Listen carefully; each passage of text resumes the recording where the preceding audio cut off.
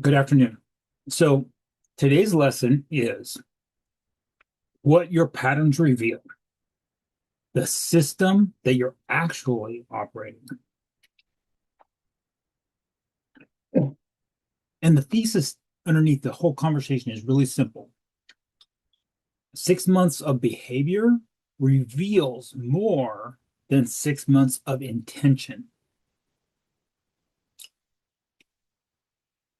What this says is 6 months is long enough for a pattern to emerge, not just a mood, not just a rough week, not just an off month, not just muscle through, not the example of my best effort, a pattern, the consistent what comes from the operating system, from the business systems. And once the pattern becomes visible, then it begins to tell the truth about the system that the business has actually been operating. That is what today is about.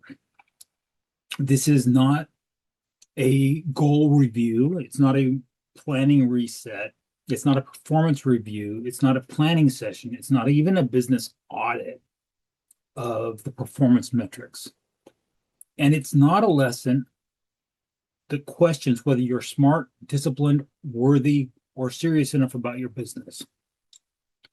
It is a lesson about recognition. It is a lesson about recognizing what is happening in your world. Because many people can describe very clearly what they intend to be building. They can describe a audacious goal that they're working toward. They can describe the vision that they have for their business.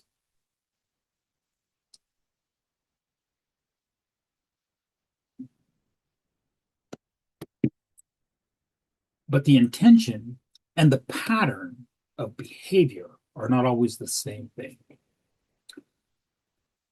A person may sincerely believe they are heading in one direction, but if the footprints keep going another way, then eventually the footprints deserve reinterpretation.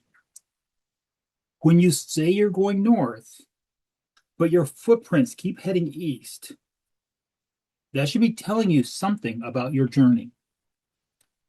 And my point is not to shame the traveler. My point is to help the traveler stop pretending that the planned or charted course and the actual journey are aligned when they are not. Patterns are the evidence of what is governing your business. That's the lesson. If you want to sign off right there, that's fine.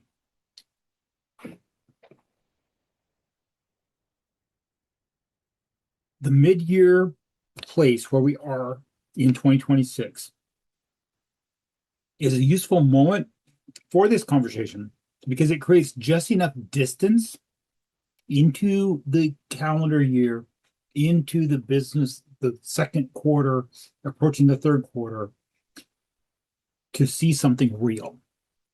A week is too noisy. A month can be deceptive. An up quarter or down quarter can still be explained away. But 6 months starts becoming enough for the repeated behaviors to start leaving tracks. And that's why I'm not treating this as a goal review, a scorecard, a productivity chart, key performance indicators, a plan adjustment meeting. I'm treating this as an evidence point. Because if you want to know what system is actually been operating in your business, one of the best places to look is not what you hoped would happen. It is what has repeated. What repeated on your calendar? What repeated in your revenue? What repeated in your client mix? What repeated in your concessions? What repeated in your rescue behavior? What repeated in the kinds of opportunities that you kept saying yes to? And that matters because repeated behavior is rarely random for very long. Repeated behavior starts revealing the business governance. It starts showing what the business is actually optimized for, what pressure is actually forcing the decisions, what part of the system has more power than the public story you're telling about the business. And that's why I want to say the refrain again here early in the session. Patterns are the evidence of what governs your business. Patterns are the evidence of what is governing your business. So if someone came along today hoping for a motivational reset, that's not what I do. I would point you to someone else. I would point you to Sales Miracle Community, Eric Laughlin. What I'm talking about is quieter than that. Also useful in a different way, I think. This is the recognition lesson that ties to the mid-year planning session. This is the mid-year evidence point.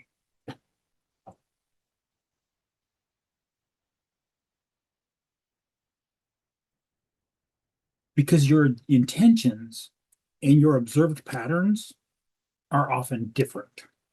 Many people can describe what they are trying to build. They can describe their vision, their model, their desired clients, their boundaries, their long-term goals, their aspirational identity, the leverage they're intending to create. And I don't think any of those things are fake. The intentions matter, the vision matters, the aspirations, they all matter. But intentions do not govern the business by themselves. Patterns and systems do a lot of the work. Or at very least, the patterns reveal what has been governing in the actual practice of the business. So, for example, a person might say, I'm building this business model, but the funded model, the one that's actually paying the bills, might be something different. The person might describe a long-term vision, but the calendar might be showing that almost all of their energy is spent in a different lane. A person might say, I want a certain kind of client, but the tolerated client, the people they keep accepting, may reveal a different governing system. A person might describe strong boundaries. I only do these things. I don't do those things. But the concession history might show that those boundaries are collapsing whenever financial pressure arises. A person might talk about scaling their business, but if almost every engagement is still a custom, handcrafted, manually stabilized personal conversation, that is revealing something too. And that's why the first slide in this segment matters. On the left, what I'm saying is, this is what I'm building. On the right, this is what my behavior actually reveals. The point is not that one side is noble and the other is shameful. The point is simply that they are often not the same. And when they are not the same, we should pay attention.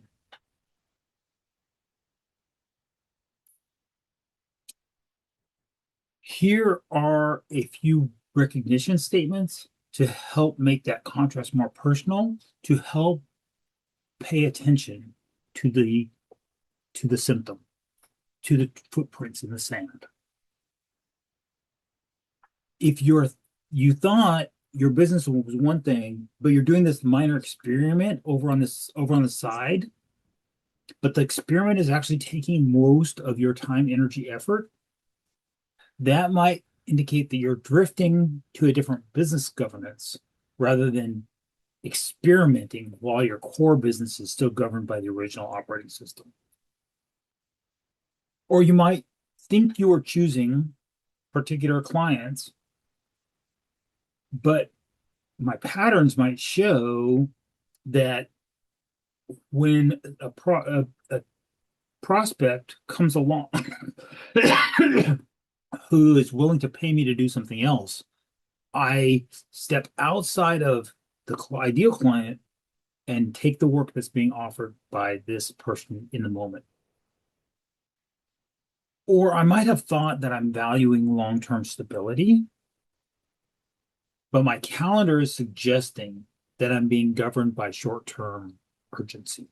I'm reacting to current requests instead of establishing systems and processes. Or maybe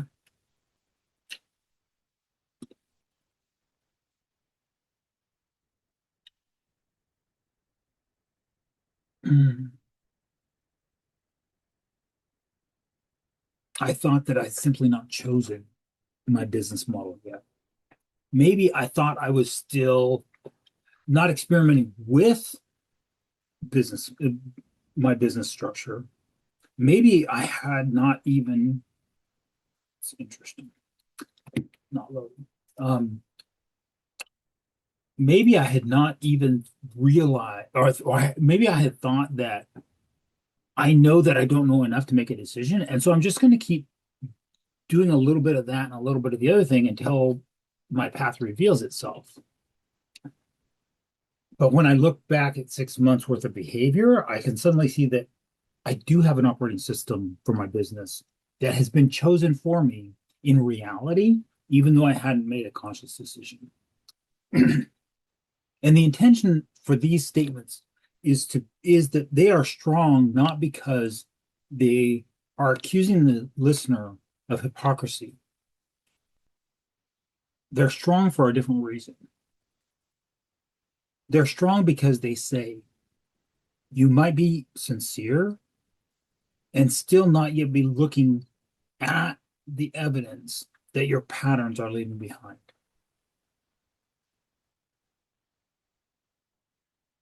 The map in your head may say one thing about the journey you think you're on. The trail you leave behind may be saying something altogether different. And when the trail is saying something different for long enough, the trail itself deserves reinterpretation. Because patterns are the evidence of what is actually governing your business in practice, in the real world, rather than in your aspirational identity. Because reality will always show up. So how do we see the evidence without turning the lesson into a self-criticism? We use the mirrors, not as accusation, as reflection. Because the goal here is not to produce shame. The goal is to surface observable realities. It's a very different posture. So I'm going to give you 4 possible mirrors. In doing this thought process, I had 10 or 12. These should be sufficient to get the idea of the kinds of ways to think about your last 6 months. And I don't mean these as homework assignments. I mean them as ways that reality tends to show up, whether we want it to or not, and give ourselves the framework to be able to analyze what that reality is telling us. So if we look at the calendar mirror, look at the past 6 weeks, the last 8 weeks, maybe the last 12 weeks. What type of work dominated? Was it delivery? Fulfillment? Was it sales? Was it learning more skills? Was it the admin tasks of running the business? Was it rescuing a client relationship which had started to go sideways? Was it designing new campaigns for your own offer? Was it trying to reevaluate your business strategy? Because the calendar will often tell the truth faster than any self-description. Or we can look at the revenue mirror. Look at your last 6 months worth of financials by source, income sorted by source. Where did the money actually come from? Was it from implementation services? Was it from advisory or coaching? Was it subscriptions on recurring software payments? Was it affiliate commissions from your vendors? Was it support services offered to clientele?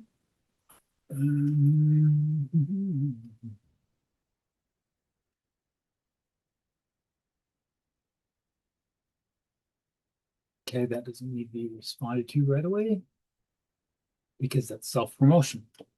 I thought somebody was getting ready to comment on the live, but no, they're just trying to be self-promotional in the group. So I'm going to take an aside. The point here in GHL Business Launch of not allowing promotional content is not to squash initiative. The point is to recognize that this environment is intended to be a deliberate thought process, learning environment where we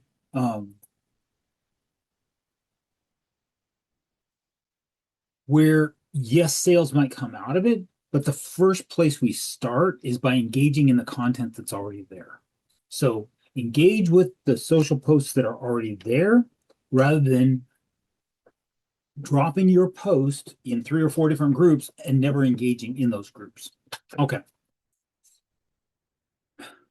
Where was I? Support is most of your revenue coming from custom projects or referrals? The point is the last 6 months of revenue income of the revenue streams can tell us what the market has actually been willing to fund. If I say I'm a coach advisor, but all my income is coming from affiliate commissions, then there's a disconnect there. Or we might look at the client expectation mirror. What do clients most often assume that you will do next without even asking you to do it? That question can be incredibly revealing because clients don't just invent those assumptions in a vacuum. Usually, the system that you've created has taught them what they should expect from you next. And I mentioned rescue earlier. The rescue mirror is, where do you routinely step in to manually prevent embarrassment, churn, confusion, or lost revenue? Where has the path that this client's supposed to be on, if the journey was on the course that was charted, require you to intervene to stabilize the path that's drifting off in a different direction? Repeated rescue often reveals the place where the system, the processes, the governance are not carrying its own weight. If you keep manually stabilizing the same kind of problem, then the system is telling you something. Probably the system is telling you that instead of being on the path you charted, you're on this other path, and you need to build systems to support that path rather than systems to support this path. Because reality will always show up. Reality will show up in the calendar. Reality will show up in the cash flow. Reality will show up in client assumptions. Reality will show up in the rescue pattern. The patterns are the evidence of what is governing your business.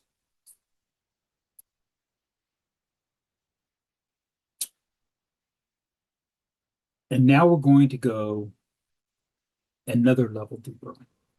Because one of the most useful things that a pattern lesson can do is reveal which business model is actually governing the operation.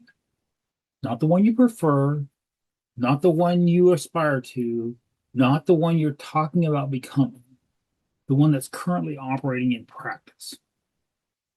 This is where the recognition gets more specific. If someone is saying, I'm building a SaaS agency, okay, fine. But if most of the revenue is coming from onboarding, setup, handling, snapshot adjustments, implementation, customized training, fixes, and customizations, then SaaS might not actually be in the governing model. SWAS, or a support entity, might be the governing model. That does not mean the person is foolish to say that they're building SaaS, but it implies that the system might not be as infinitely scalable as their ideal vision of a SaaS agency. This means that the footprints have revealed something different than the declared route.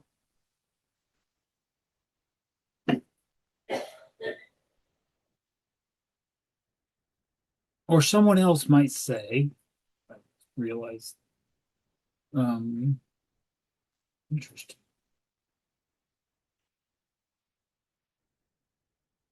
There we go. Or someone else might say, I'm a consultant, but clients are actually hiring them to do technical implementation, to manage the software, to execute marketing campaigns. And in that case, either agency or support rules are governing the relationship more than advisory or strategy roles. People are taking the free advice that the consultant intended as a lead magnet to a business coaching or consulting gig, but they're not using it they're not buying this follow-on consulting, they're paying for implementation.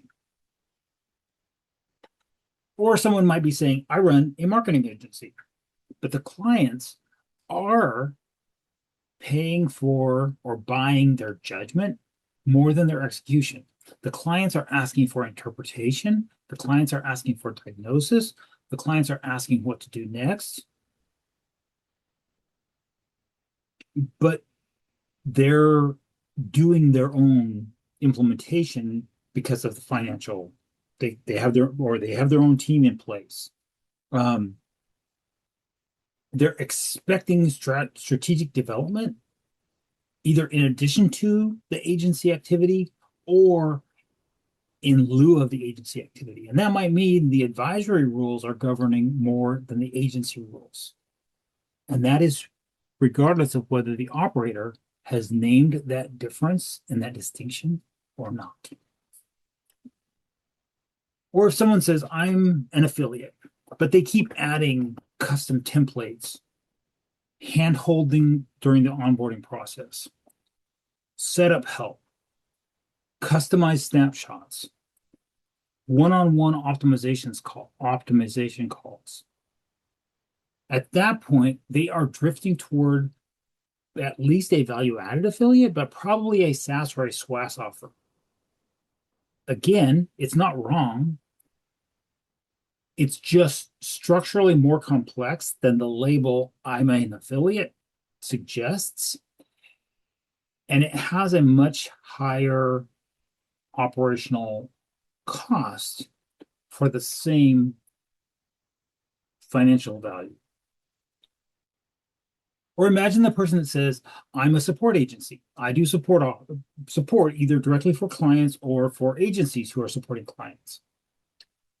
But the client turns around them and expects them to recommend set strategies. The client expects them to define priorities. The client expects them to own the results, own the outcomes, own responsibility for the outcomes. At that point, agency or advisory expectations might be getting imposed on the support work, and only the support work is getting compensated. And that shift changes the burden the pricing, the governance, the pressure. If someone happens to say, I'm a business coach, but their revenue comes from done for you marketing services or the subscriptions for retained implementations, then the service models are governing, not the coaching models. The coaching might be functioning more like a lead magnet or a tripwire product than being the actual governing business model. Here's one. Somebody says, I'm a developer, but most of their income is coming from client configuration work, not selling new software implementations. That suggests that support or implementation of an existing platform is governing. This competent operator might have great technical development skills, but the market is asking them for implementation with existing platforms rather than doing custom development. And the difference between business model 9, developer, and business model 8, support entity, is not so much in the technical skills, but in how you message it, how you market it, how you present it to the audience. And if someone says, well, I'm building toward recurring income, but they keep accepting one-off custom projects because the cash arrives faster, then a product service rules might be governing their decision-making, even if recurring income is the aspirational goal, the aspirational identity, the end outcome desired.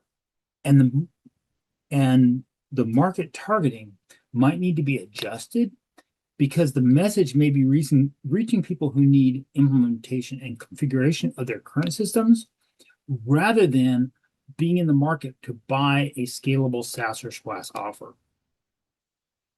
So the person is saying this aspirational identity, but they're marketing this way. Their operating systems are marketing this way to this kind of audience, and this kind of audience doesn't need that. They need this.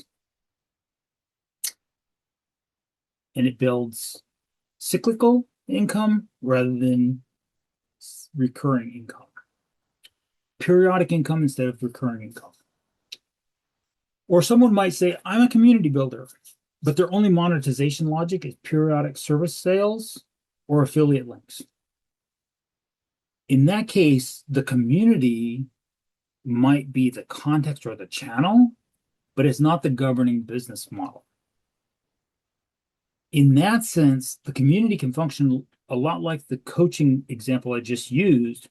It's valuable, it's real, it's useful, but it's not necessarily the thing that is actually governing the economics of the business operating structure.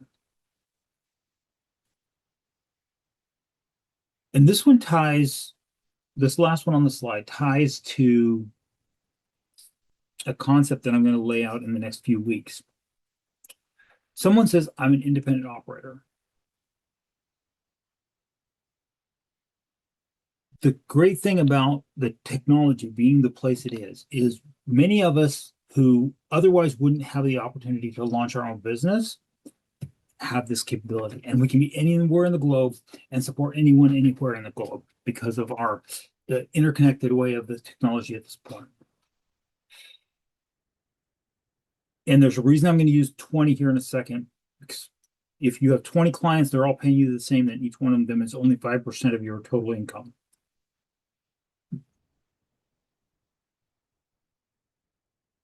So this person who says, I'm an independent operator, their aspirational identity has them gaining 20 or more clients in order to mitigate the concentration risk of having more than 5% of their income coming from any one customer. But if they have one client or one referral source or one platform, which is effectively governing all their decisions, and they can't make a decision without considering that nexus, then the hidden dependency may be shaping the business more than the independence language is being willing to admit. So those reasons are why this slide matters. Because most competent operators are not lying even to themselves. They're naming their aspiration truthfully, justfully, correctly. But their patterns are revealing something that is happening now. And the whole point of this lesson is to make the distinction visible so that the person can see themselves clearly. Because patterns are the evidence of what is governing your business.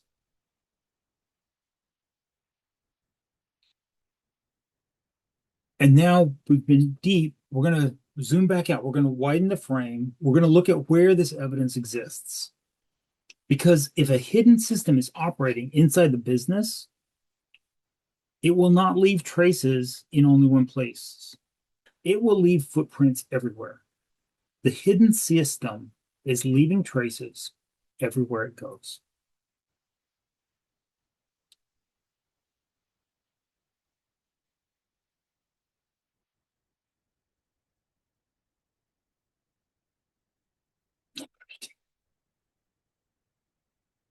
It's leaving traces in the revenue patterns, in the decision patterns, in the time patterns, in the client acquisition patterns, in the offer pattern, the delivery patterns, the tool acquisition patterns, the learning patterns, the concession patterns, the rescue patterns, pricing patterns, communication patterns, boundary and authority patterns, access patterns, delegation patterns, marketing patterns, follow-up patterns, nurturing patterns, dependency patterns, experimentation patterns, planning patterns, identity language patterns, cash flow response patterns, opportunity response patterns, relationship management patterns.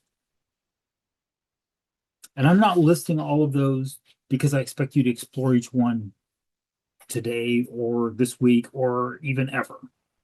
I'm listing them because I want you to feel the breadth of the evidence. The hidden system is leaving traces everywhere. We just have to be honest enough with ourselves to look for it. This is not just one set of footprints in one patch of dirt. It is a repeated trail. It is the worn floorboards. It is the direction you keep heading when nobody is looking. That is the pattern that the business is revealing.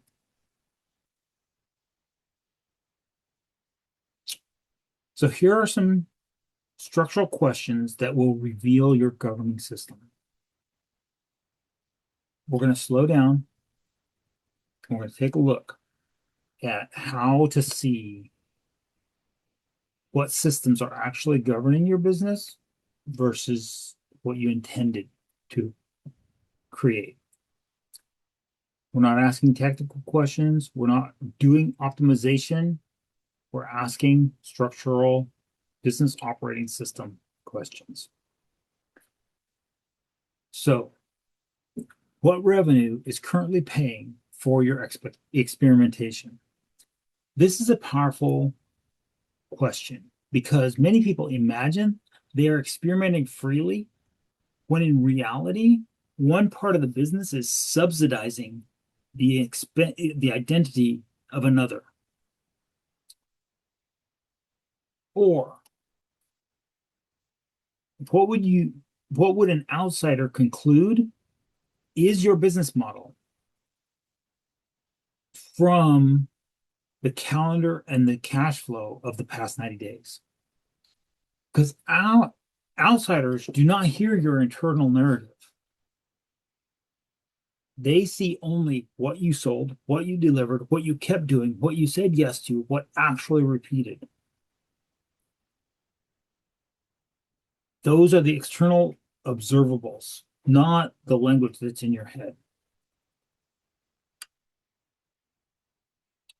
Not the goals that are on your Google Doc in your cloud storage.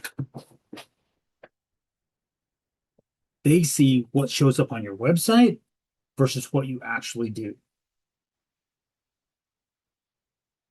They see what shows up on your social media versus what sales actually close. Or here's the question that ties to: what work do people reliably pay you for, regardless of what you say you want to sell? What's on the social media, what's on the website, what's in the emails? This is what I'm selling. Versus when they actually have a sales close 0.6 of the 9-point marketing plan conversation with you, what do they actually buy? Because reliable payment reveals the real demands as opposed to what you tried to create demand for. And if there is a consistent mismatch between what people are paying you for and what you describe as your business, that mismatch deserves your attention. It doesn't mean you need to change anything. It means you need to assess it. It means you need to review it. It means you need to evaluate it. Or what temporary compromise has become a permanent governing structure. Many businesses are being run by temporary accommodations that they made to one person because that person was a friend, or because that person was already doing this and then they asked for this other thing. And so they said, okay, fine, I'll do that too. And suddenly that accommodation has become the new normal. And this is the thing that you're actually selling versus what you say you're selling.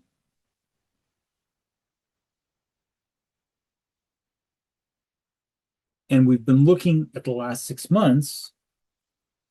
Now we turn the mirror around and look forward, project forward to the next 12 months. If these current patterns that you have been on continue for the next 12 months, what business will they naturally build? Is that the business you want? Realign your path, realign your course to that path and go down that path. Make a conscious decision. If they lead to a place that is not where you intend, then you need to make a decision about what am I going to start saying no to that will allow me to course correct back to the path I intend.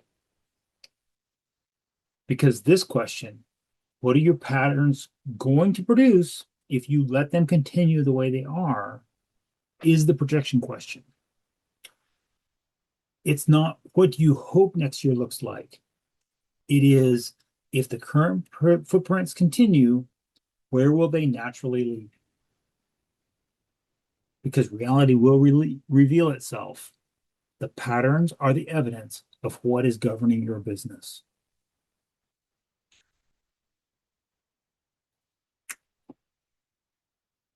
And now I want to offer a few recurring operator patterns. And again, I had a longer list. I think there's 4 or 5 on this slide, and I think I had 10 or 12.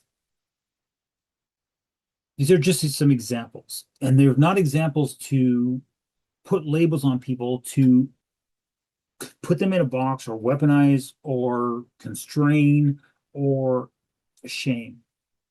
They're here to be mirrors, because sometimes a person cannot see themselves clearly through the abstract conceptual principle, but they start seeing themselves when we look at it as a recognizable pattern, when we show the indicators that might be visible in the environment. So we're going to start with the perpetual beginner. This is the person who's always learning. They're gathering more fundamentals, but they're never governed by one chosen business model long enough for it to compound. This is the person who's chasing the bright, shiny objects at the conceptual level, at the business structure level. The person chasing the bright, shiny objects at the tool level, the one that's chasing the latest AI prompts, the most recent reputation management scripts, the most recent email marketing campaigns, reacting to every single new feature update that's announced by HighLevel. This is another way to chase bright, shiny objects. The tool collector is buying systems as substitutes for making the structural, strategic decision about which of these matter for the business they're trying to build. And so their footprints are chasing the tools instead of using the strategy to select the tools. They're outsourcing their personal agency to tools that they can buy on the market because that happens to be available on the market.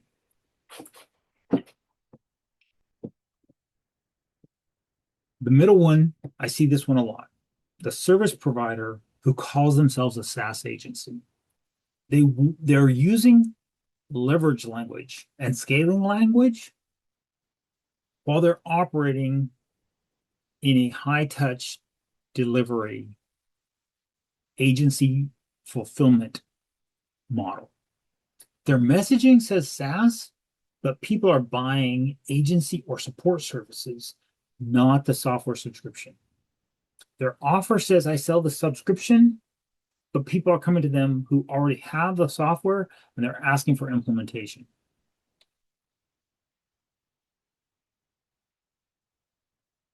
The seam drifter. Last week's lesson was about this kind of situation. It's a person who encounters the boundary between the business models, and when they choose to cross it, if they crossed it deliberately, that I would not call seam drifting. I would call that a decision, a business decision. That's the tracks. But if they cross that boundary without re-evaluating the model they're following, that's when the seam blurs. The business rules have changed, as we discussed last week, but the operator is continuing to act as though they were still in the previous system, using the previous system's rules, and suddenly their compensation isn't structured correctly.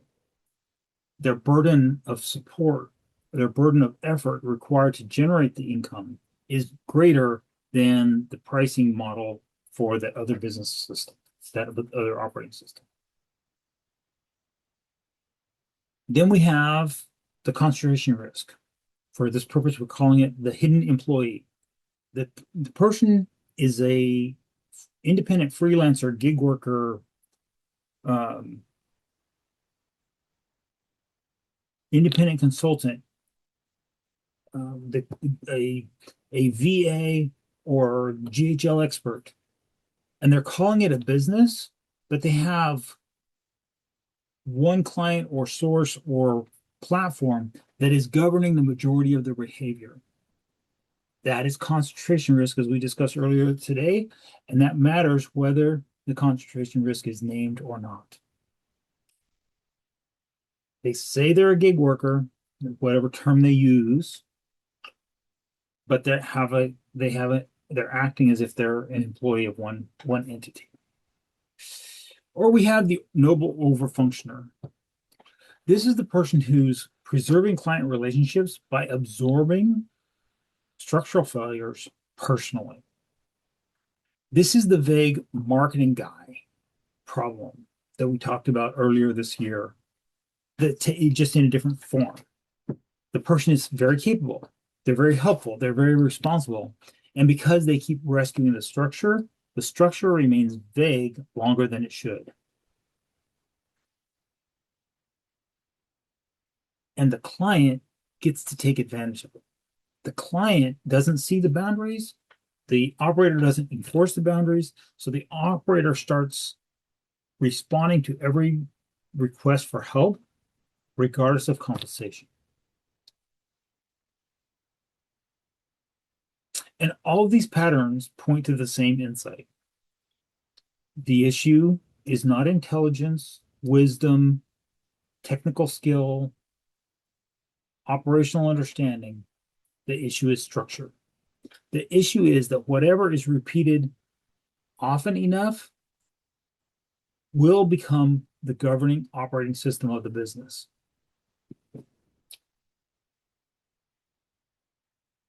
So what makes this a meaningful mid-year reflection lesson?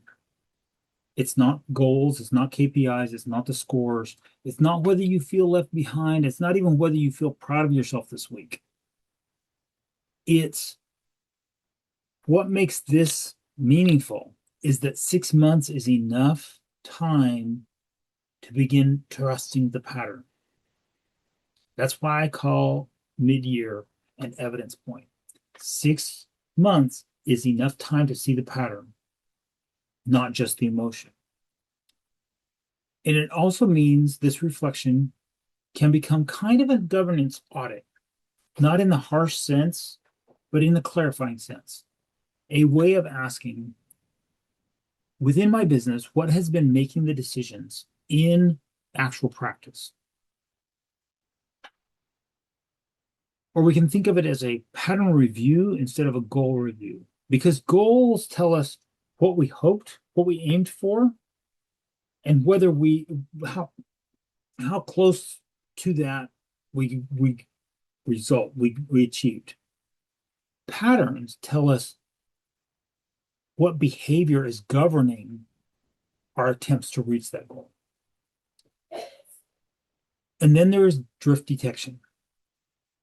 Where did reasonable accommodations quietly become the real business? That is such a good mid-year question, because the drift is often invisible when it's happening. But 6 months later, when we look at the evidence, it starts becoming legible. Review the shape, not the score. Because this is not really about how am I doing?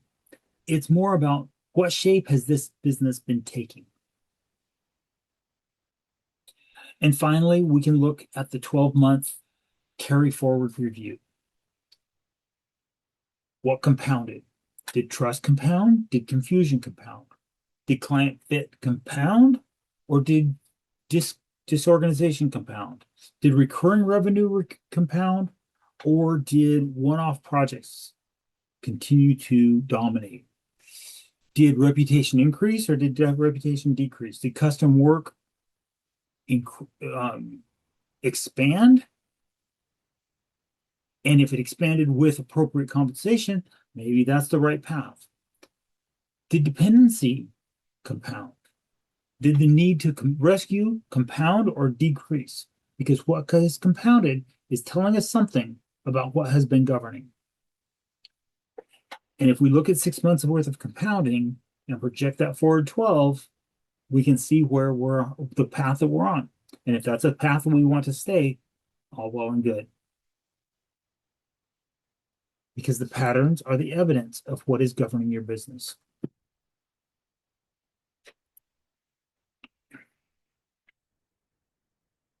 And we're going to bring it home now, because this lesson only works if it preserves your dignity.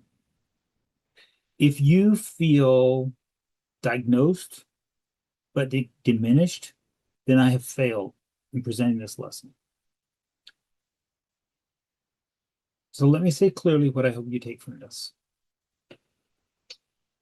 You are already operating a system. You may just not yet have recognized what that system is. And the first step toward alignment between your goals and your practice is seeing what already exists. Your patterns are not a verdict. They are not a prison. They are not permanent. They are simply evidence. Recognition is not failure. It is the opportunity to regain personal agency. Because once the pattern is visible, your next decision can become deliberate. I hope that's the emotional center of the lesson. Not you should have known better, not you chose wrong, not you are stuck. Rather, now can you see? Because once you see, you are no longer being governed by invisible repetition. You can choose to make decisions with clarity. You can begin naming the real system instead of trying to defend the intended one. You can stop treating the footprints as an inconvenience to the story and start treating them as evidence that's worth being respected. Because the point of the lesson is not to defend your intentions. The point of the lesson is to understand your pattern. And once your pattern is visible, then your next choice can become conscious. That is not small. That is regained agency. That is you deciding how to live your life. So I'm going to close with the lines that matter most. 6 months of behavior is going to reveal more than 6 months of good intentions. Patterns are the evidence of what is actually governing your business. But your patterns are not a verdict. They are simply evidence. Once you recognize them, it's not an indictment or a failure. It is the opportunity to regain personal agency. Once the pattern is visible, now the next decision can be deliberate. Thank you for thinking through this with me today.